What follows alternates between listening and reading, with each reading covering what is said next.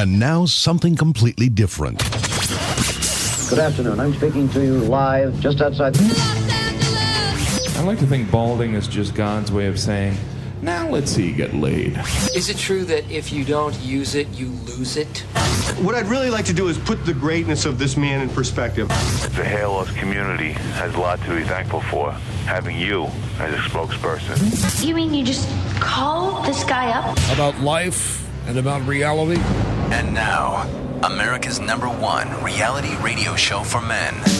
Live from Los Angeles, it's Spencer Kobren's The Bald Truth.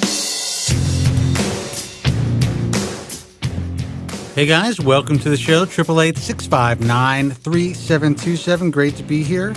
Live doing the hair loss show. I'm Spencer Kobren, and it's Tuesday night. And every Tuesday night, well, not every Tuesday night, but most Tuesday nights, we are here doing the Bald Truth. And if you're new to the broadcast, don't know who I am, why I'm here, and why I'm kind of fiddling around with everything, there's a lot of things going on, as usual, in the studio. I'm a consumer advocate for men and women dealing with hair loss. I am the author of The Bald Truth and the Truth About Women's Hair Loss. I am the founder of the American Hair Loss Association. And I'm a guy who has been dealing with hair loss for about 30 years. Now, if you're tuning in and actually watching the show and you're like, oh, wait a second, this guy looks like he has hair in his head. Like I say this every week, it is a partial. It's a partial. Now that you laughed and I had you pot up, I have to bring you on board. It's a partial shambooey. Partial. That's a tough word for me, man. I've been lucky enough to save the vast majority or a good amount of my hair using FDA-approved medication. I paint the back of my bald spot. I have a ton of hairspray, but I am 51 years old. I started losing my hair when I was 21. So all I can say is I feel extremely fortunate. I really do. And Joe, by the way, did someone coordinate our outfits tonight? What the fuck is going on here? I don't know. I thought, I'm tired of wearing black. And it's warm out, so I'm like short sleeve shirt. Yeah, I wear white all the time. I'm like, you know what? I'll change it up and I'll wear short sleeves. I wear white or blue. Yeah, I usually wear black. I'm usually the Johnny Cash of the duo here. Scotch and soda, by the way, guys. Cheers. Sapporo. Cheers. Cheers. So, look, we are here. Obviously, I had to pot Joe up because I hadn't potted up, which I shouldn't have for my opening because he can't help but laugh at my shit. But anyway, Joe Tillman live in our TB2. Dude, what? It's happening again. I didn't laugh. It wasn't me. No, I started drinking early, and I can't speak. Live in our studios in Vancouver. Yes. It's Joe Tillman, the original hair transplant mentor. Welcome, Joe. How are you? Thank you very much. Thank you. I'm good. How are you? I'm good. Now, I'm trying to get this. I guess I have to share this feed from GFQ over to my personal feed so that people can see the program via Facebook. And for some reason, I'm unable to do that. Let's see. Let me give this a shot. Guys, bear with me because I want my Facebook guys to check this out. We have a grand total of 3 people on GFQ's Facebook page, which I think is pretty good, actually. Sorry, I just lost my connection there for a second. I missed the last 5 seconds. Really? Yeah, I don't know what's going on with that. Dude, you missed a lot. Good night. Good night. Guys, let me give out the phone numbers, 888-659-3727. Look, rocky start to the show, but, we are the hair loss guys. Again, been doing this for a very long time, been on the air for well over... 1998. So what is it? 18 years in some form or another. Obviously started on radio because that was the medium of its day. And now we are in the fucking future where we don't need a, radio transmitter to get our message out to the masses. And frankly, we are able to get our message out to the world via the internet, which is honestly, it's like science fiction, dude. It's a great equalizer. right? I mean, you don't need massive budgets to. I mean, you need to invest in it, but it's not like it used to be back when you started. Dude, when I started, I mean, first of all, program directors dictate everything. You know how difficult it was for me to get on the air with a hair loss show. Yeah. Got on the air with a hair loss show, and then you're fighting tooth and nail to keep the goddamn show on the air because the powers that be don't get it. So if it wasn't for our listeners, if it wasn't for people tuning in, writing the stations, if it wasn't for the mainstream media picking up this unique broadcast and writing about it everywhere, it would have failed like every other guy who tried to do something similar. Well, it had, you had perseverance, and of course, you had a great message that, as you kept going, more and more people were latching onto. Right. And it's, you can't call it viral, but it's one of those things that once it catches, it sticks, and then it just grows with, with continued attention to it, which is what you've been doing. You've been chipping it away for so long, and it's been growing over those years that it's solid. Well, it's kind of like I'd say it's a solid cult following, but I'm good with that. Yeah, could be worse things. Absolutely. I mean, look, it's a hair loss show. So, I mean, the fact that we've been doing this for 18 years is pretty incredible. And guys, I want you to know that you guys can call in. If you have any questions or concerns about your hair loss, if you're considering surgical hair restoration, really, this is your safe place. Joe Tillman has been in the hair loss world, well, personally for a long time, but, in the business since when? 2000? 2000, well, unofficially since my blog went up in March 2002. Just make it easy, dude. Just no, I got to be accurate because someone will jump, someone else will claim it. That's right? true, yeah. I gotta own it. But yeah, so 14, coming up on 15 years. 15 years. I've been dealing with surgical hair restoration for 25 years, or coming up on 25 years. Well, that's how long it's been since I first got cut. That's unbelievable. It is. I just realized that the other day. Well, here's the thing, and we talk about this every week when we start. And guys, I'll take your calls. It's 888-659-3727. I cannot emphasize enough how fucked up this industry is and how much worse it is getting again. The email that I got today from a 17-year-old kid who just had a hair transplant in New Jersey. You're kidding me. Is one of the most, it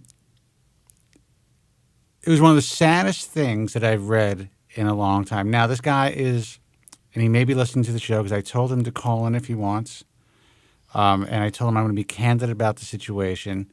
But this was and I hate to say it, I'm not going to mention any brands, but it was one of these motorized device guys. And it was a guy that actually promoted himself. He got some local press in the New York tri-state area not too long ago. And in that local press, this doctor, this physician actually said, well, patients are coming in younger and younger these days because they want to kind of catch their hair loss before it progresses. And he was saying that in this article, this guy said that he had performed surgery on kids as young as 16 years old.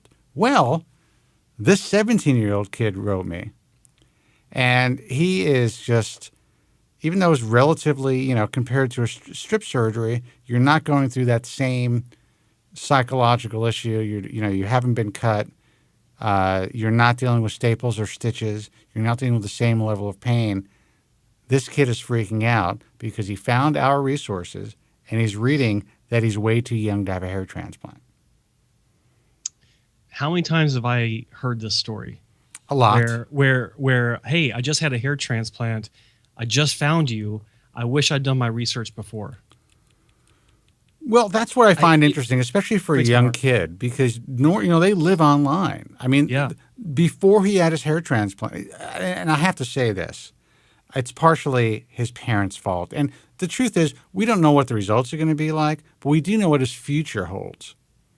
Because if he had a significant amount of hair loss, enough hair loss to warrant even the smallest procedure, he's pretty much going to be screwed down the line unless he's able to stop the progression using medication. He's still a little young to even jump on finasteride. Yeah, that's the thing. It's like the thing that could be saving him from even the first surgery. Had he been on the medication, he's not even old enough for it yet. No. Now, I will say this. I do know some guys, a lot of 17-year-olds are fully physically matured. And in severe cases, I have known physicians who've prescribed the drug, and these kids have done really well with it. However, that is not what's really recommended.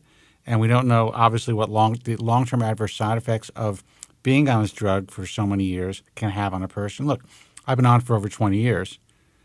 I just had a full blood panel, and apparently I'm fine. But who the fuck knows? I really have no idea what's going on. I don't.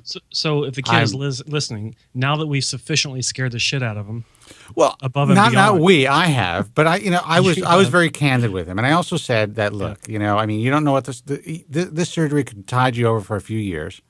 You may be fine. There are things that are coming down the pike that may help you. Within a few months, I guess he's going to be 18. He can, at least most doctors will prescribe finasteride.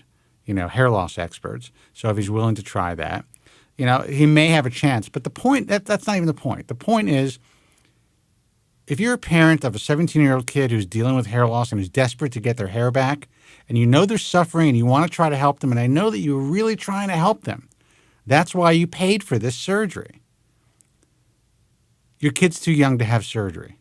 It is not even an option. If a doctor is willing to do it, this is a person that has no idea what the fuck they are doing, or they are completely unethical and unscrupulous. Is that a word? Unscrupulous? Yes. Yes. That was really weird. Like, I heard like a knock, and then my cat started to cry. And I know he can't knock. And I'm wondering if he just ran up against the door. I was going to say, did he just run into the door and then... It's very possible. Is it one of those cats? He's 15, 16 years old now, so. Well, it could be. Could be. But anyway, I had to put it out there. If you want to call on Guy, it's fine. 888-659-3727. Again, we don't know what the outcome is going to be, but I just think it's really important, especially for the parents out there, because this kid couldn't pay for it himself. He had to go to his parents. Of course. They signed off on it. They're like, you know what? My kid's suffering. I want to help them.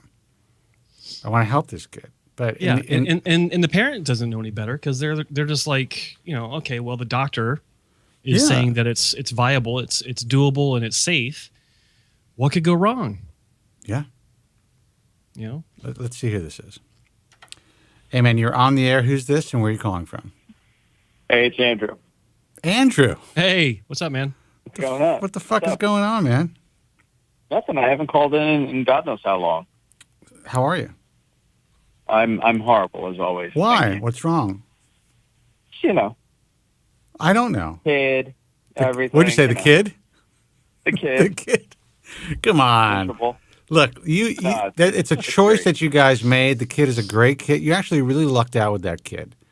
No, he's a good kid. I was good head of hair on that kid. Good head of hair, but I was in the house and we're drinking and doing. It's like the kid was in the crib. I don't remember her crying. Maybe once. No, which time? The first time or the second? The second day you guys came over. I have no idea. I don't remember her crying at all. I don't know if you drugged the kid or what, but I've never experienced anything like that. No, I drugged you instead. I know you did. No, we came back. I think it was after the christening, right? It was like 1 o'clock. No, it was like midnight, and then you guys hung out till 3 in the morning. The kid was. I was struggling too, man. I was like, "You're like, oh, come to our house." I'm like, "Oh, fuck." Yeah, you know what the problem was? It was a Jameson. And then you opened up Jameson, and it was just like, and then I opened up Blue Label. I opened up that $400 bottle of Blue Label. Jesus. That's where it came from. Yeah. I mean, I felt pretty good at the christening. We drank a lot of Jameson. It was a lot of fun. It was a great event, and very well executed. And I'm not a church guy. The church gives me the creeps. We didn't even do a church. We did at St. John's University. We did it at their Well, it's like a chapel. It's still there's crosses and you it's did all it at a frat house. What? There's crosses and there's God involved. It's a whole thing. I never know what to do with the water. There's like a big bowl of water when you walk into these places. Do you duck your head in? I don't know if you're like supposed to clean your hands or you put it on your head. I don't know what you do with it. Is there any soap? Oh my God! No, I haven't called in. You said something interesting. You were talking about the kids going on Propecia or at an early age. Yeah, like 17 years old. But how different is it than putting your kid on Ritalin and putting your kid on all these things? Like almost everybody that I know right now, like 22 years old, is on Adderall. Well, almost everybody. No, listen, and I think that's a good point. The only issue is that you want the kid to be fully developed in the junk area, which usually you are by 14 or 15 years old anyway, or 16 years old anyway. But they just want to make sure that they fully are through puberty before they put you on this drug. So, they give you, a cutoff age of about 18. But I've known plenty of kids, not advocating this, but who have been put on finasteride at 17, who had some, really good results. And, I know there's one kid, actually, when I first started doing this 18 years ago, I was in contact with him. He's a kid from Denver. I forget his name now. And he must be, how old is he now? He must be like almost 40. Jesus. Wow. But anyway... 17 plus 18 is 35. Yeah. Okay. So he's a grown man. And for years he was in contact with me just saying it was the best thing. He read about it through the Bald Truth. He found a doctor to prescribe it. It changed his life. But that's one kid. So I listen, I don't disagree with you, Andrew. I mean, I know kids who are on, like you said, every kid is on Ritalin. Every kid is fucking popping pills these days anyway, whether they are supposed to take, whether they're prescribed the drug or not. Yeah. So. Well, listen, I was on the gimmicks at like 15, 16 years old. You know what I mean? Like almost every athlete. But that's why I think maybe that's why you stopped growing. I know was on some sort of steroid. That's why I stopped at 5'9". Yeah. You know what I mean? Like almost everybody's on it, but I don't. If it's impacting, if you're fully developed at that point, and you're deeply impacted from your hair loss, which I knew a lot of. There was a kid, Bald Charlie. Oh shit! In the school that we used to go to, and then there was this kid, Joey D, and he lived on 193, and we used to call him Bald Joey D from 193.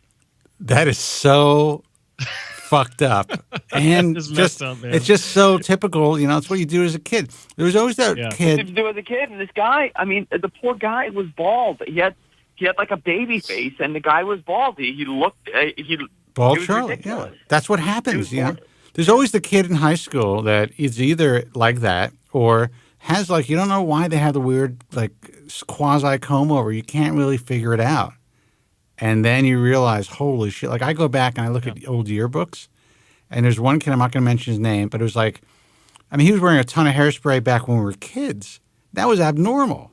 I didn't understand what it was. See, but I did that in high school only because my hair was always really fine. Right. And while I had normal density and everything, the fine texture of my hair, like if I wanted to do the typical hairstyle of the day, which was spiked or whatever because it was the 80s. A mullet. A mullet. Yeah, there were the mullets too. You had to use a lot of hairspray. Well, here's the thing. In my day, it was kind of like I graduated in 83. So we're talking about the late 70s when this kid was wearing hairspray. That was before the 80s hairstyles. Everyone was kind of it was long flowing locks. It was just really fucking weird. I didn't understand it. If you look at his picture now, he had a total comb over. And I imagine everybody's walking around looking like Depeche Mode. Dude, when I was a kid, flock of seagulls. It was like Led Zeppelin, It was or you just had this long, natural hair, man, like the late 70s. Totally different world, man. But yeah, and then I entered into the 80s. I actually started to wear hairspray before I started to lose my hair. Just not a lot though, but just to kind of spike it up a little bit or to give it a little hold. But yeah, dude, that's the worst. And the fact that to this day you are 32 years old, you still remember Bald, whatever his name is from 193. Bald Charlie and Bald Joey D from 193. Bald Joey D from 193. How do you remember that stuff? So have you seen these guys that like? He was a really dumb drug dealer too. That was the whole thing about him. He was a bald drug dealer. Now, have you seen these guys like around the neighborhood? Yeah, I see them all the time. I mean, they look terrible. Really? I mean, like Bald Joey D. He looks actually. He was so bald when he was like 16, 17 that now it actually looks like he grew hair. Like that's how it's almost it's like reverse at this point because he was so bald at that point. Now it's like age appropriate. Yeah, now it's like, well, now he looks good, but he's like this fat schlub, you know. He looks terrible, the poor guy. And he wasn't a bad-looking guy. He used to work out and all this stuff, and, you know, life beat him up. Yeah, well, life and hair loss beats you up. I think you beat him up. Yeah. With the nicknames. No, I didn't, because he was a lunatic, the guy. Dude, first of all... we never would say it in front of him. Andrew Zarian is a mean girl. I'm not a mean girl. You are a mean girl. You are the most... Don't get me started on the stuff that you say. You are the most judgmental dude. And I know that your generation says judgy, but it's unbelievable. Is that true, Andrew? Started on you. Don't get... On me? I'm not judgy, but you know, Spencer's a lot more judgy than I am, and he pretends he's not. That is not true at all, dude. That is not true. I deny anything that you're about to say, and I'm going to cut your mic. I know nothing. I got no dog in this one. All I'm going to tell you is I was talking to a friend that you know, Spencer, that you hung out with, okay? Yeah. When you were in New York, when we went to that Irish bar. Yeah. Okay? He's a bartender. Smokes L&M's. Yeah, smokes L&M's. Yeah. So I was hanging out with him on Thursday night, and this is a guy that has never once mentioned his hair loss to me. Right. He knows I'm involved with you. He knows that I'm involved with this stuff, and never has once mentioned him being affected by it or his disappointment in his hair. And we're drinking, and he's doing some other stuff, but we're drinking, and all of a sudden he just starts opening up about his hair loss and how it's ruined his life. Of course it has. How if he only knew what he knows now about it, he would have had a different life. Look, it's unlikely he'd gone on the medication. It's unlikely he'd still be smoking the L&M's as much as he is. It's unlikely the dry goods would be involved. You know, yeah, but it's amazing. Like I was thinking about that, and he was asking me, he's like, "Do you think if I went on Propecia, my hair would have been here?" And you know, the guy, I mean, he's like a total Norwood, but it's very fine hair. So no, he still has. He still has, I think, some vellus hair, and actually, like, it's wispy up there. I think he actually may grow some back. Yeah, he probably. And I told him that, I'm like, dude, listen, if you don't have the money, just go on the generic $30 a month. What do you have to lose for $30 a month? I'm like, you're spending that on stuff anyway. He spends a lot more than that on stuff. Yeah, well, he's spending a lot more. But he was like, well, what if I went on it like 20 years ago when I was, 25?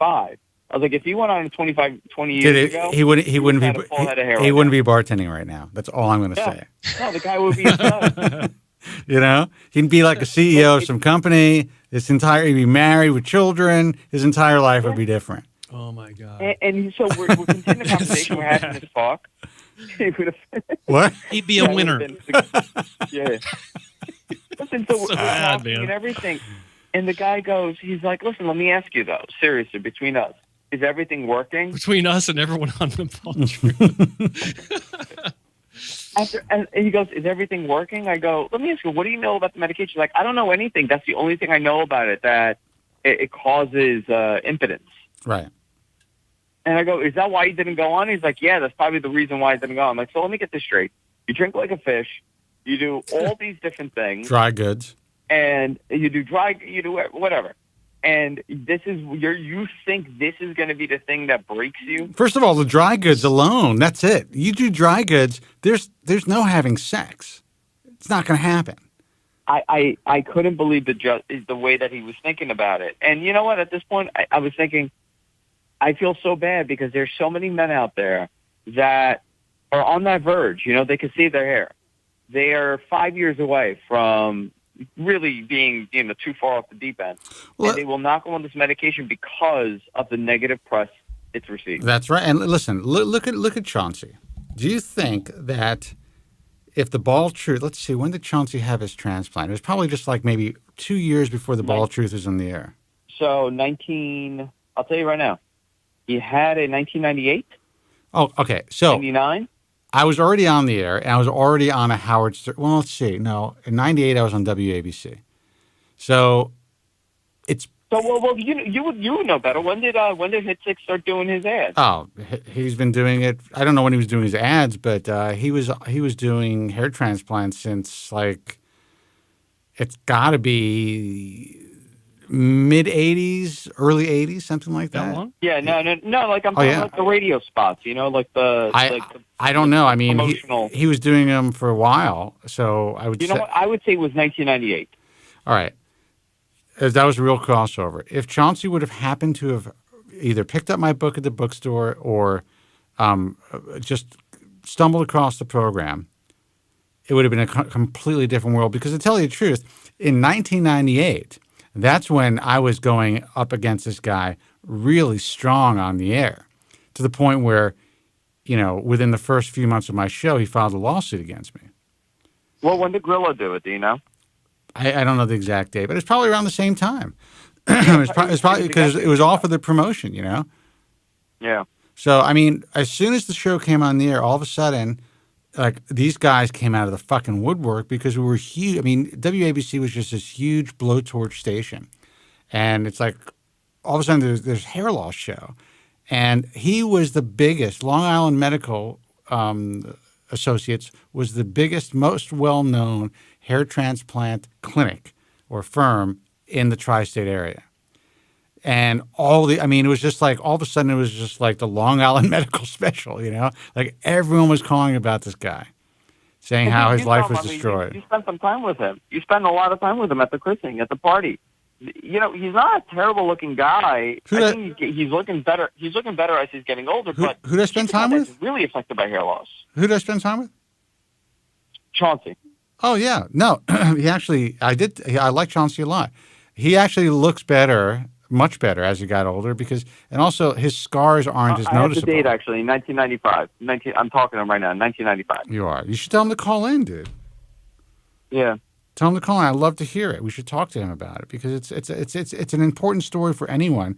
Listen, as bad as it was back then, Joe and I will say this today. I'm telling you, it's getting worse. It's even worse now. You're not going to be as scarred as far as having these long, linear scars, but people are getting fucked up royally now. You know what it is worse? I mean, I get the physical damage, right? I get the money wasted. But a guy like Chauncey was wearing a partial. He wasn't wearing a partial. He was wearing a full. It wasn't the sides. It was the entire cap, and he shaved it close. Well, I think at first he was wearing a partial, and then he got the transplant, and it was so terrible he ended up getting a full piece. Here, I'm going to leave a line open here. Hold on. Tell the guy to call in. I think he's calling in. I'm talking to him right now. All right, give him the number. I did already. All right. And I said it twice like you do on the show. Okay. But, I mean, Joe, you deal with these guys all the time. It's heartbreaking to me to see a guy like Chauncey. I mean, 1995 was still the early days, and I get that. But yeah, you know what? Stories now. You hear the stories now. It wasn't that early because Bobby Limmer was doing follicular unit transplantation back in 95. There were a couple of guys like Bill Rassman who was promoting it on television at the New Hair Institute. So, I mean, if he would have made the right move. Early in the sense that lack of education, right? Lack of education. Well, there was no education. There was nothing, man. There was nothing. Until the Bald Truth. And I had to pat myself in the back. And I became a hated man. And, I had a fucking target on my back because of that book. But there was no information. You read about shit in the back of the fucking New York Post or the Daily News. You saw an ad, or there was an ad on the Howard Stern show locally. Brochures. Or an infomercial. Yeah. Hold on. Let me see if this is Chauncey. Hold on. Hey man, you're on the air. Who's this? Hey, it's Chauncey. Chauncey, man, how are you?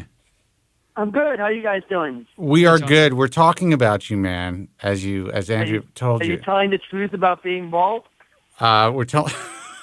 Yeah, it's the bald truth, exactly. You know what that's going to be? That's going to be when Spencer and I have a falling out. My show's going to be the truth about being bald. Motherfucker.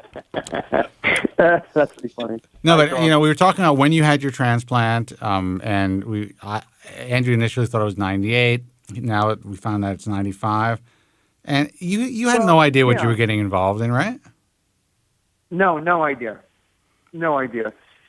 It's again, it goes back to the advertising and marketing was so good. It was so brilliant.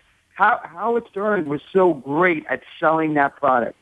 He really made you believe that you were going to have a thick, full head of hair. Sure. Like, you believed it. You wanted to believe it. But wait a minute. Who better than Howard to talk about having a full head of hair?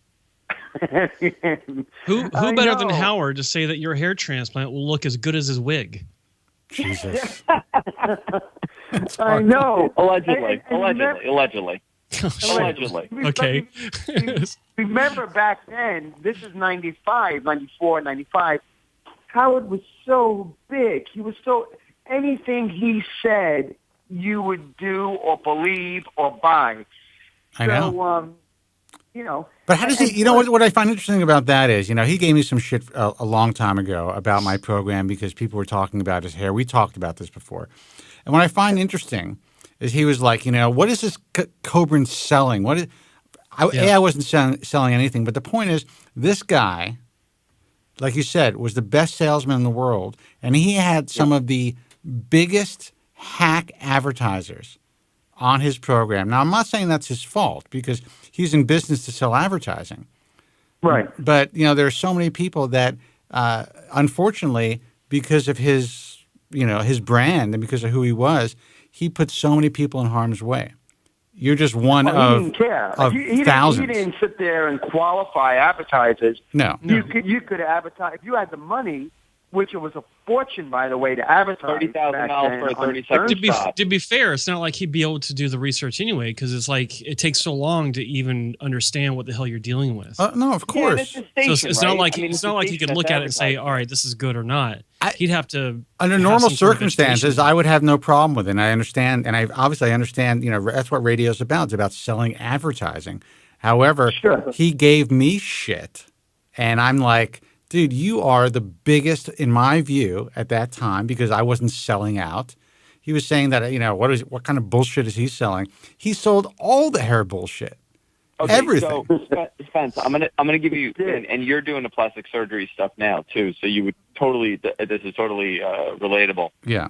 So we know two people that got a transplant due to those spots, and I'm not. It's not Howard. Listen, Howard does the spot that people are paying for. He has no control over it. It's a station spot. He has no responsibility with this. But we know two people, Chaunce and Grillo, right? That both had a transplant from this guy, and it went bad. And I could tell you, three. There's another Billy one. West. Okay, who?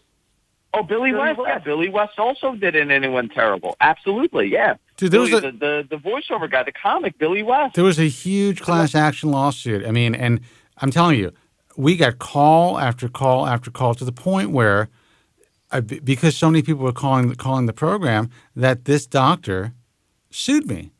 Now, this is early on in my career. I took him on, and I ended up, basically the settlement. Hitzig. Yeah, Hitzig. Basically, the settlement was I could not talk. I could only talk about him in a derogatory fashion for half my broadcast every week. That was the that's what he pulled out with that settlement. I would give him absolutely fucking nothing because I had truth as a defense, and his lawyer knew it. But you know what? No, it's not him. I mean, I can tell you. There's another one that the in New York. I don't know if you want me to mention it, Spence. If you want me to mention, I'll say the name. But the laser surgeon. What? Say whatever you want. Zismore? Dr. Jeff Delarusso. That's another one. He's all over the radio. Now, at this point, he's doing urban stations where he's financed. The whole sales point is that he finances the LASIK eye surgery.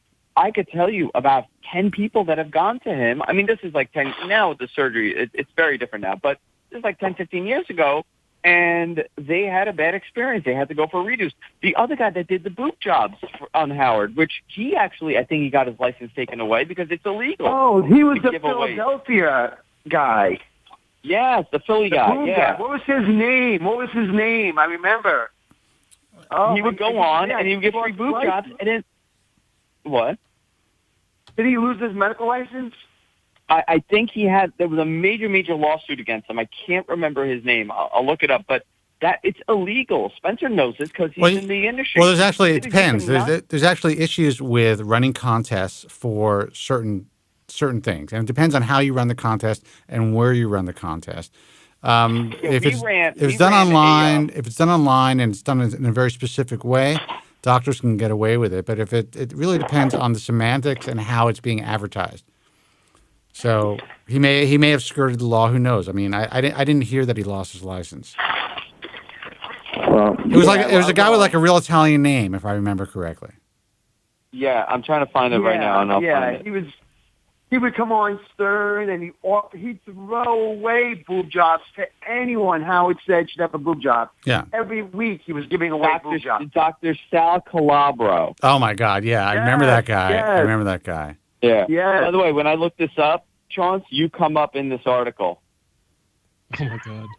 Well, Chauncey Hayden comes up because you apparently got into a fight with Cabby on that show. Yeah, all Chauncey's plastic surgeons are like on the lam somewhere. Stepping out editor Chauncey Hayden called in to complain about dinner in Wayne, New Jersey that has refused to carry his magazine anymore. According to Chauncey, a few older female school teachers were appalled at a picture of Howard's girlfriend Beth on the cover and complained to the manager. Jesus. Any story, I don't care what and it this was. Is how, wait, that this ran is how in the the story 90s ends. It's and on 2000s. howardstern.com. Wait, this is how the story ends. Between the bad back tattoo and the hair transplant done by a garbage man, he needs something good in his life to happen.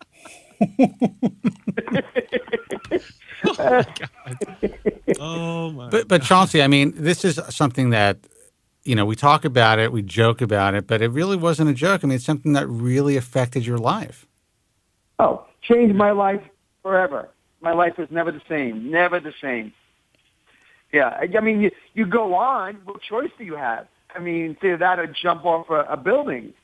But right. it definitely was an awful experience that was life-changing. That is irreversible. I mean, it's done.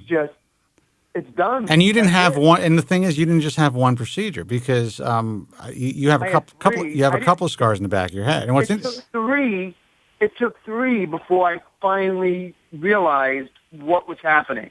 That's how much I wanted to believe. I didn't go back to the well once or twice. I went back to the well three times. I can relate to that because it was in my second one where I asked my first intelligent question, which was, "What happens if I lose more hair?" And That's what I asked. Yeah, you want to believe, and so you don't let the rational side of your brain, your thought process, actually take over, and right. and that's your that's your downfall. You want to believe so bad. You just want to hear. You just want to look the way you used to look again, and you want to believe. And you're right. Yeah. You don't let your common sense. I'll never forget it. The day I was going for the first surgery, there was a woman in my office. Her name was actually Michelle Hayden. No relation. It's kind of odd, but she begged me. She said, "You don't need it. Don't do it. This is the dumbest thing you've ever done. Why you just?"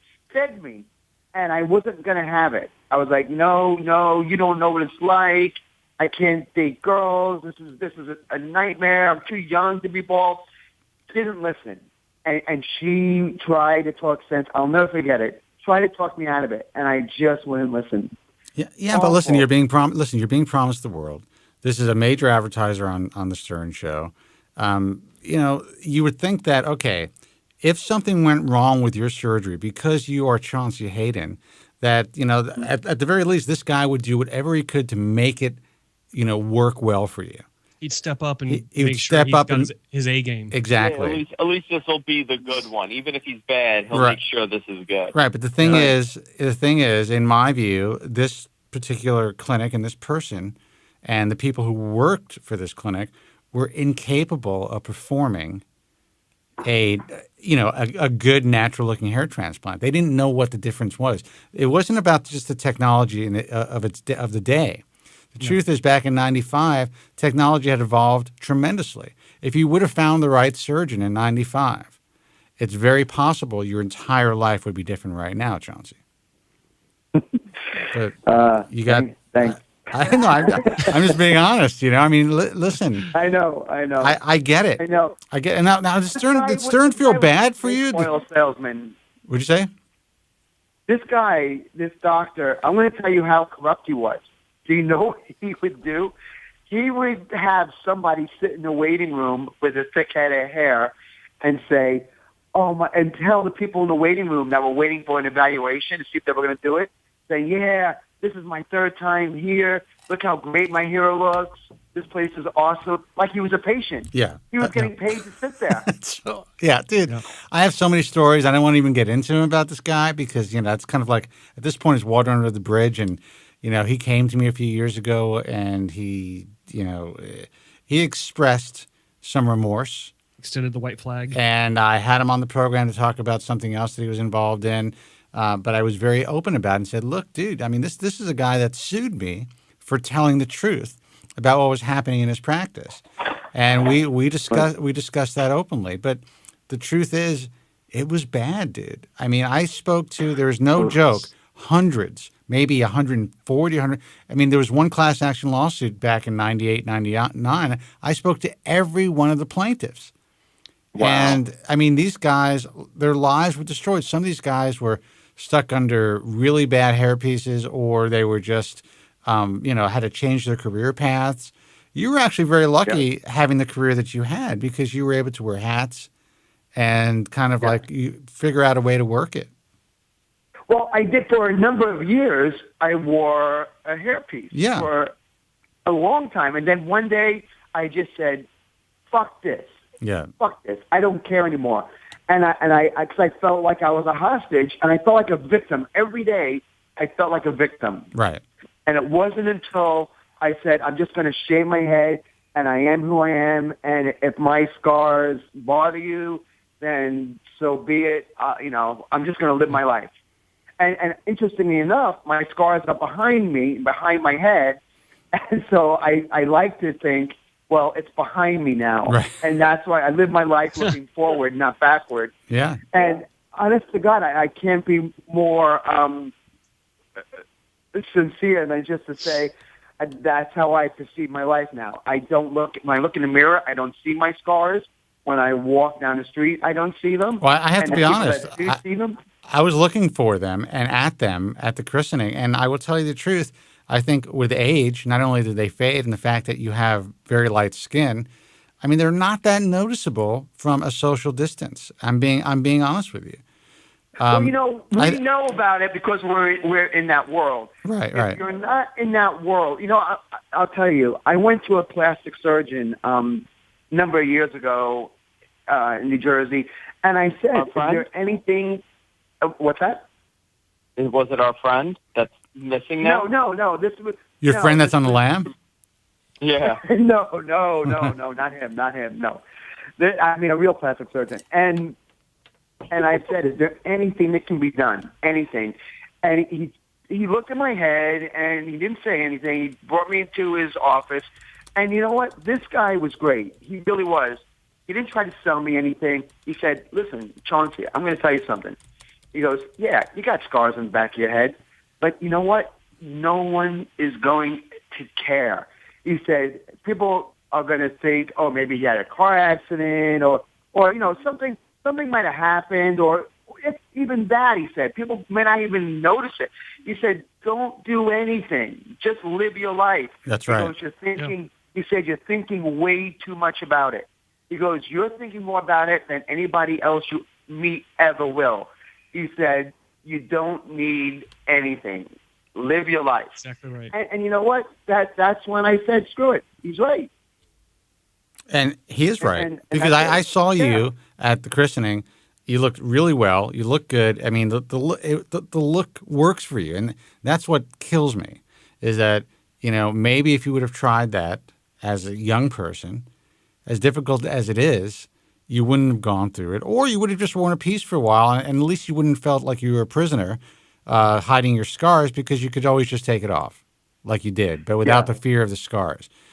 And that's what these guys don't tell you, man. Now, listen, the industry has changed a lot, and for the most part, it's much better.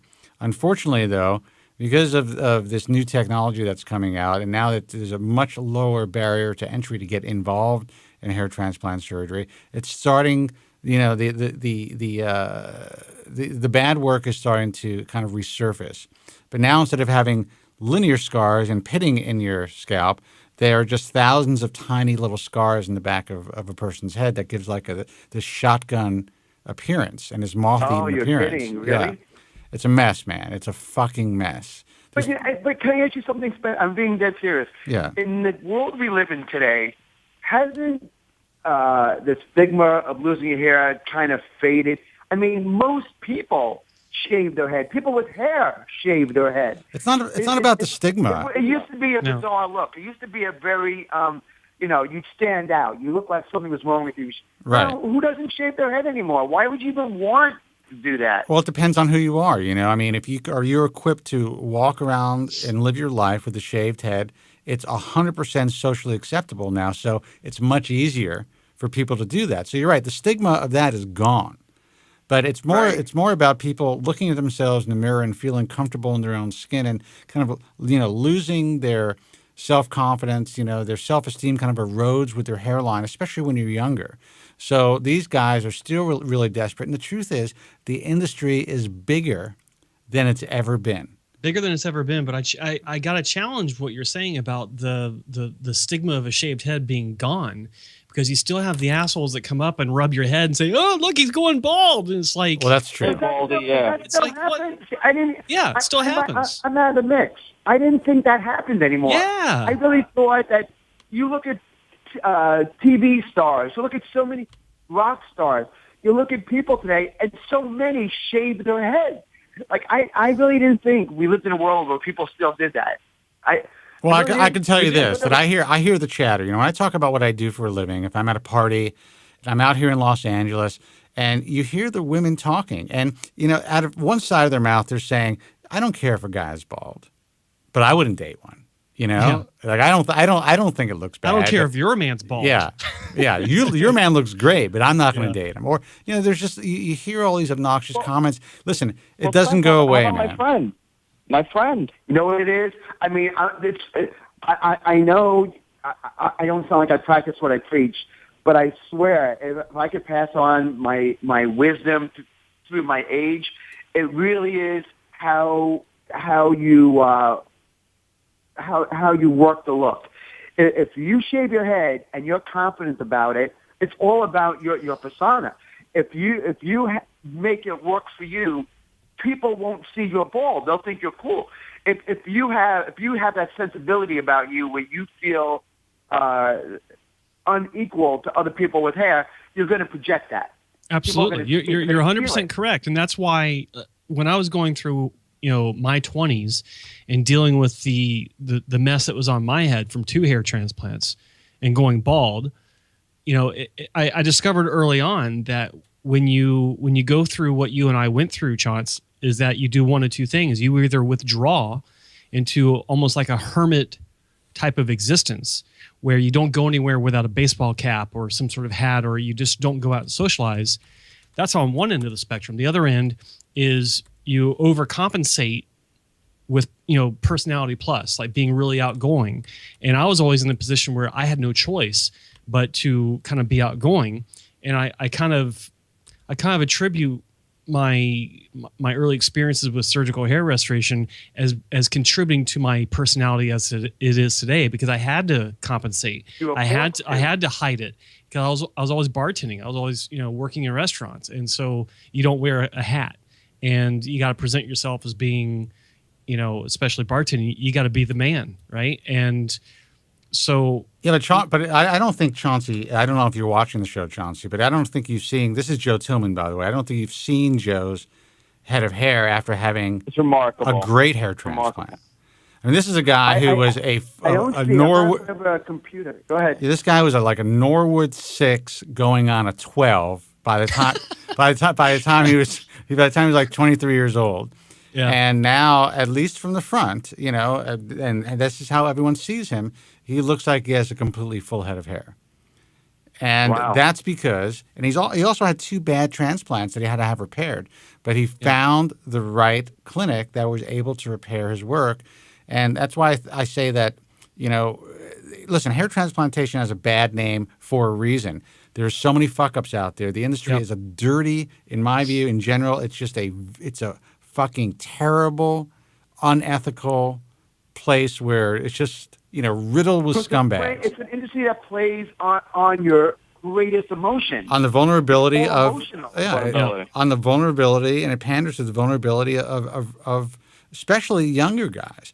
But, So how many people do you think walked into Hair Club thinking they're actually getting their hair, and they ended up getting a rug slapped on their everybody, head? because I did that, and they were the worst.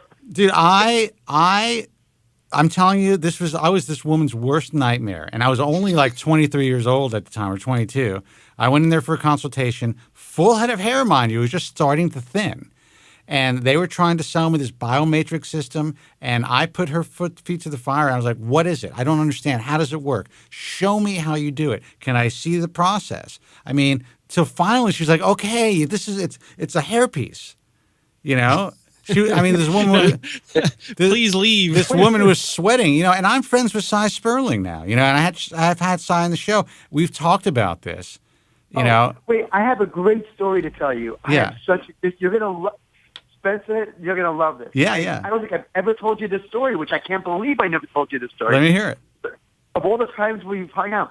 So, have you ever heard of JA Alternatives? Of course. I used to wear a piece from them. They had a huge, they had a really big television presence. They had a big television, that's where I'm going with this. Yeah. So they used to run 1 hour infomercials every night. These long, elaborate infomercials. She's still in the business, by the way, but go ahead. Is she really? Yeah. They had an office. Well, she's not going to want me to say this, but I'm saying it. Say it. So they had an office in Paramus. Right. And at the time, but this is before I started using them, I had a barber in Westwood, New Jersey, and he did these hair pieces on the side. So hers would cost like $2,000, $3,000. Right. She had all these different kind of programs where they were disposable ones, there were long-term ones, right. Ones they would wear for a month and they throw in the garden, all these different things. Well, the guy that I went to, it was $500, and the thing would last for like a year. Right. And he just flew it to your head like they all do. And so where did you go? Where was the guy? Who was the guy? The guy's name was Walter. I'm trying to think of his last name, and he owned a place called Gentleman's Quarters. He cut my hair since I was a little boy. Like, he was my barber. Like, when I had hair, he was my barber. Walter. He used to keep Penthouse and Playboys in his waiting room before he got a haircut. I used to go, I couldn't believe it. I was in 7th grade reading Penthouse in his waiting room. Dude, that was the first time I saw Playboys in the barbershop. Are you kidding me? And at the time, the chick had a fishbowl in front of her bush. That's how old I am. But wait, we digress. So anyway, I for $500, the guy slaps a piece on your head, and I was young enough at the time where you can get away wearing a bad piece because your hair is so thick on the sides anyway, and you don't need that thinning hairline on top when you're a young man. And also your coloring and the fact that you're a redhead helped because all that shit turns red anyway. All that hair starts to bronze. Right. It starts to oxidize. Yeah, it's true. Having red hair makes it look more natural. Right. For some reason, you're right, it does. So anyway, when I just started seeing J&A because I had a barter deal with them with the Stepping Out magazine where they weren't going to charge me for pieces. Right. So they were going to give me like $2,000 pieces for just ads. Right. But I was still wearing Walter's piece on my head. because I still had it, still looked good, and I didn't, still wearing it. Right. So I would go there to get it serviced. So they would take it off my head. They'd wash your head. Which would feel so good. They'd scratch your head because your head would itch so much from having this thing glued to it. When they would take it off. But how long? So would you have it glued on for like a month or something? As long as the glue would hold. So it could be a month. Sometimes it could be 6 weeks, depending on the time of year. I mean, that's like the last thing. Out. That's the last. I mean, you should no more than a week. That should be a limit because you can have so many problems, dermatological problems from that shit. And the smell alone, you may not even realize it, but you may have smelled. Oh, this glue was like cement, and they would press it. They'd press it onto your head, like they like the compression to your neck. I'm sure I'm 2 inches smaller from years of women pressing on top of my head. Compressed spinal cord. By the way, the more I hear Chaunce tell the story, I'm actually freebasing Propecia at this point. But to be honest with you, I've seen Chauncey, at least in images, with his hairpiece, and for what it was at the time, I mean, it looked pretty good. It did look good. Yeah, no, there was sometimes it did, sometimes it didn't. But listen, I did Howard Stern for years, and he never knew I had a piece. Yeah, because he would have busted my balls had he known. And Howard, he didn't know. I think it wasn't until the end, until years later, I think Gary came in one time and said, by the way, I think Chauncey has a piece. Somebody ratted me out. But Howard never knew. How would Howard know what a piece is like? He's never come in contact with one. How would Howard know? He never had one. Yeah. Anyway, so wait, here's the best part of here's the story. So anyway, so that woman, what was Jane? Her name was Jane, right? Jane A. Yes. Jane. Yeah. So she's in the lobby. She had the crazy curly hair. She always had a look on her face like she just been to a Valium and she didn't like the taste. Yeah, and very overweight, like bloated, curly, crazy hair. So she sees me paying my bill for my service, and she goes, "Wow." She goes, your hair looks really good. That looks great on you. She goes, "Can I talk to you for a minute?" And I'm like, "Sure." So she calls me over. She goes, "Listen," she goes, "I'm doing an infomercial next month. I'd love to have you on the commercial with promoting our product, and I'll give you free servicing for 6 months. You won't have to pay for any servicing." 6 months. And now I'm already getting the hairpiece for free. So now I'm going to get the hairpiece. Little does she know, it's not her piece. It's Walter's. Yeah, because they all come from the same fucking factories. Yeah. So I did a commercial for her product with somebody else's piece on my head, and she knew it wasn't her piece. She didn't even care. Like that's how corrupt they are. That is fucking classic, man. Or somebody else's piece for her infomercials. Yeah. It doesn't make a difference. They're all that's the thing. Who gives a shit? Yeah, she knows. They're all the same. She doesn't care. Dude, that is hilarious. I would love to. I mean, is that video anywhere that can we find it anywhere? Oh my God, I hope not. Now this is going back a long time. It could be on YouTube, man. It could be on YouTube somewhere. It could be. I'll never forget it. And this is like this had to be 94. And I remember I was kind of dating this girl, this beautiful girl, this bartender. I took her to Jamaica with me. She was beautiful. And she didn't know. And then one day I went to the bar, and she looked at me weird. And she goes, "So, Chauncey, what's going on?" I'm like, "What are you talking about?" She goes, that's not your hair? She saw the commercial. I don't know what I was thinking. Like, no one's going to see this thing. Everybody saw this commercial. But I outed myself. But here's the thing. This is what's hilarious. She didn't notice it until she saw you on the commercial. She didn't know it until she saw the commercial. She had no clue. She was shocked. She goes, "I mean, that's not your hair?" And okay, okay, she and that's an interesting part of the story. But I mean, her reaction, besides finding out it wasn't your hair, did she give a shit? I think so. I don't think she ever looked at me the same way again. Really? Yeah. That's heavy, man. I think it did matter. I think it was a deal breaker. Absolutely. Isn't it amazing? I know that this is a different time, but I mean, you can basically shove silicone orbs into a person's chest cavity, into their breasts, and that's cool. Walk around with that shit. That's fine. But some guy wants to put a little hair on his head. It's like the end of the fucking world. Yeah. Think about that. Jesus Christ. But that's a hilarious story, man. I'm gonna find that tape. I'm gonna find that tape. How corrupt is that? That you're actually running a commercial? I mean, it's got to be illegal. There's got to be something about that that's illegal. That you're selling a product that's not yours, as if you're making that product. That can't be illegal. I don't think that the what is it? Consumer Affairs would really, they have a lot to deal with. I don't think they're going to be that concerned about, Let's get the FTC on it. The FTC, yeah. Chaunce Hayden wearing a different person's hair, a different company's hairpiece.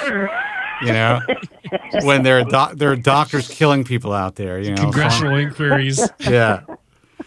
But yeah, I mean, yes. I mean, listen, the truth of the matter is, and let me tell you something. I know Cy Sperling. This guy has told me some hilarious fucking stories, man.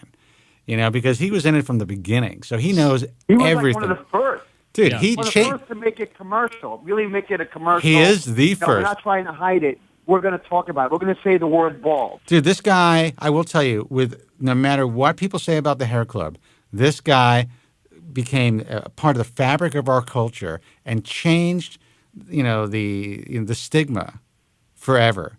He went out there with a before picture of him and his bald fucking head, with shaved down, with his big, bozo sides, and then with his hairpiece on, and said, "Look, this was me, and now check me out." And that was the most. Now look at me. That was the most powerful imaging ever. Yes. Of its day. It changed the field completely. And everybody copied it because you got to remember what they would do. They'd make you as unattractive as possible. The bozo hair, where your hair would be so grown out on the sides that you couldn't believe how bald you would look. Dude, it's like the guys that have that haircut. It's like the guys who do Photoshop me and Andrew bald. They give us the big bozo sides. It's unfair because we wouldn't look that way. We would just shade the sides. You wouldn't have your hair wouldn't look like that. That's what's unfair. I love it. It's unfair. They make the sides too big. Yeah, I mean, listen, if you're going to take my hair off, man, at least make it look good. Do something. They flatten your head out. And who makes those pictures? Andrew's brothers. And I got to be honest. My brother does them. Yeah, my brother makes him into bozo. Look at Bruce Willis. Bruce Willis, I think, is an attractive man. Bald, right? Yes. Bruce Willis works it. He works it. He looks great. In fact, I can't even picture Bruce Willis with hair. Well, I have to say this. You always give yourself shit. And you just, I see how you talk about yourself online. I used to hear about how you talked about yourself on the radio. The truth is, when you meet you in person, I mean, you look good bald too. I don't know why. I mean, I guess maybe it's part of being self-deprecating, but it works for you. It is because you know why? Because I think it's only my sense of humor. Because I do find being self-deprecating to be hilarious. Yeah. Like I find the funniness in life. And especially in myself, you know what I mean. And I've had people say, "Dude, why you beat yourself up? You make yourself sound so much worse than you are." I just find it funny. I like to entertain myself, and that's why I make myself laugh. Well, you know what? I mean, I get it. I'm self-deprecating too, but you take it to a level that I don't know if you're actually like sitting in typing on Facebook, sitting in a bar, getting fucking loaded, and like ready to pull the trigger, or if you're joking. You know what? 9 times out of 10, I'm joking. Okay. I mean, I go to dark places. I do. I go to very dark places. We all do, man. But but as a writer, to me, I can't help but write. Like I won't sit in my apartment and get dark and have a glass of whiskey and cry. My first instinct is to start typing, start writing. And either make it funny or at least make it compelling. One of the two. It's like my own therapy. It's how I deal with it. Yeah. And I will. Oh, we just lost Joe Tillman. I would normally like when I'm feeling that way. Hold on for a second. I was trying to call back in. Jesus. When I'm feeling, you just look out over your estate and your pool over the Hollywood Hills with your beautiful wife and go, no, actually, I end up drinking half a bottle of Dewar's, and I'm in a strip club. Sadly, it doesn't make a difference, dude. When you're down, you're down. That's just the way that it is. But look, you have, and I have a guy who's trying to get through that has been a hairpiece wearer for a long time. That's got some funny stories too. But I mean, your life and what you had to deal with, and the fact that you were influenced by, being a part of the Howard Stern show and just taking these freebies, and you basically you did everything on barter in a sense. Everything was a fucking shtick. Everything was a bit for you. Right, and people wanted to throw things at you because your association with Stern. They thought that you're like a walking billboard. If he uses my product, Howard's going to talk about it. Right, and that's the truth. Yeah, that's the truth. And you look what happened to Steve Grillo. I mean, I actually, we helped him. I got him about $40,000 worth of repair surgery because, as bad as you thought you were, I mean, this guy was walking around with some of the most obvious plugs, so you were able to shave it. He looked bad. Yeah, I don't know why he looked so bad. You can't even tell I had plugs in the front of my head. Like, you don't even see him. Grillo. Well, there's a reason. It was terrible. There was a reason. You were able to shave it down. It looked fine. And then, hold on, I'm getting Joe back on. And then, then you turn gray. So now you can't even see that there's anything there. Grillo had very white skin and very dark hair, so it looked like he just had his picket fence line across his hairline. I never forget, he was working at the Raccoon Lodge. I walked in. I didn't know him, but he knew me. Mm-hmm. And he was like, "You're Spencer Kobren?" I'm like, "Yeah." He's like, "Holy shit. Can I get you the potatoes?" He's like, "Holy shit!" He goes, "Man, I'm Steve Grillo from the Howard Stern show, man." And he always says Steve Grillo from the Howard Stern show. Meanwhile, he's tending bar. I'm Steve Grillo's from the Howard Stern show. So anyway, I'm like, "Listen, man. Of course." Spencer's. You look at my hairs. I'm like, "Listen, of course, man." And then actually, it was a friend of mine, Ben, who was hanging out at the bar. He's like, "Yeah, you guys should talk. Steve can use some help, whatever it is." The guy had no money. I was like, "You know what? I'll talk to somebody and see if I can help you out." Now, at least he looks normal as far as his hair is concerned. Was that the wrong thing to say as far as his hair is concerned? But you know what I'm saying. I mean, there's no looking normal for him, but. But listen, guys, Chauncey, man, I appreciate you calling in. And I mean, you fucking got. I have to say, you got lucky because there are guys out there that are totally destroyed by the person that you had surgery done by, who are now stuck under hairpieces, who have not been able to liberate themselves the way that you have. And, you've had a successful life. I have these guys, they've changed their career paths. They're like, not saying there's anything wrong with being a truck driver, but I mean, they're like driving like potato chip routes and shit like that because they can live under a hat. Well, yeah. What can I tell you, man? Yeah. On that note. Yeah. But anyway, I think you do a lot of good. I'll let you guys go, but thank you, man. Seriously, what you do for people is awesome. Just everything you do. You just the education that you give, the support, the love, the understanding. It really means a lot. You're a great guy. So I don't know if I ever told you that, but really, you do a lot of good for a lot of people. Coming from you, man, that really means a lot because I know you don't like anybody. So I don't like anyone. Yeah. No. I like you. Chaunce Hayden, man, thank you so much. And we'll talk soon. I'm going to be in New York soon, so, maybe we could all hang out. Sapphire. Okay. Yeah, all right. Okay, man, take it easy. All right, bye. All right. Andrew. Yes, sir. You still there? Guys, I actually have lines open if you want to call. I know there's one guy that's been trying to call in, getting a busy signal. It's 888-659-3727. Feel free to call the show, 888-659-3727. We're not going to be live on Facebook for too much longer, so when we switch over, just know that we are live on thebaldtruth.com, guysfromqueens.com, and obviously you can go to like Daily Motion. You can listen to us on iTunes Radio, Stitcher Radio. Where else, Andrew? iTunes Radio, TuneIn. TuneIn? Yeah. the hundreds and hundreds of sites. If you have if you listen to internet radio and you have there's a directory for GFP Nowhere. Oh, and by the way, guys, I want to thank you guys. I mean, 2 weeks ago we were live. We had 109,000 total views through all the resources. Hopefully, with these 7 people watching on Facebook, we can up that number tonight. 888-659-3727. Andrew, I'm sure you got to deal with the baby. Shall I let you go? Yeah, I gotta go. No, the baby's sleeping, but I gotta go. Okay. All right, man. Listen, thanks for hanging out. All right, guys. Have a good show. Take care. All right, bye-bye. 888-659-3727. Let's see who this is. Hey, man, you're on the air. Who's this, and where are you calling from? This is Mike Furco from Hassan and Wong Hair Restoration in Seattle, Washington. How are you, sir? What's happening? I'm excellent. How are you doing? First of all, I'm going to say, saying Bruce Willis looks good without hair is saying like Cindy Crawford looks good as a man. Well, I mean, he looks pretty good. Come on, dude. He actually said it on a talk show that he wants his hair back. Yeah. Well, no, I could definitely say, and I have to tell you, Cindy Crawford would probably look good as a man. Okay, I got to keep it short here. I got to go to dinner. I'm in San Francisco a couple weeks for work, and I'm at a bar having some cocktails, watching a Golden State game, and I leave to go to the hotel to eat in my room, and a hooker stops me saying, "Hey, handsome," she throws out a price, and I'm thank you, no thank you, and I go to my room, take the hairpiece off, and there's no room service, so I got to go get something to eat, and I decided, well, you know what, I'm going to go out bald.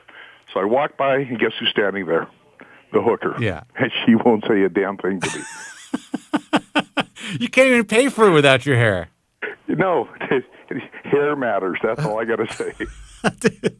Dude, we know that it does. You've been in the business for a long time, and you've been dealing with hair loss for a long time. So you got to go to dinner now? Yeah. I actually stopped and talked to her, and I said, "You don't remember me?" She says, "No." I said, "You talked to me 5 minutes ago." I walked by, and she says, "Where's your hair?" Oh, my God. Wouldn't have nothing to do with me without the hair. That's funny, man. I had Joe. Joe's trying to talk. I had him potted down the entire time. Say hi to Mike, Joe. Oh, thanks. Okay, so here I am talking. Who's not getting out? How you doing, Mike? Good, Joseph. How are you? I'm good. Thank you very much. You just said the feed died. Can you not see the feed now, Mike? I can see the feed now, but you guys, your lips aren't moving. They're talking. It's just not matching up. Fucking. Are you watching on Facebook or are you watching on the Bald Truth? I'm now on Bald Truth right now. Wow, you may have to refresh the page, but you got to go anyway. So. Okay. All right. All right, dude. All right, man. See you, Take buddy. care.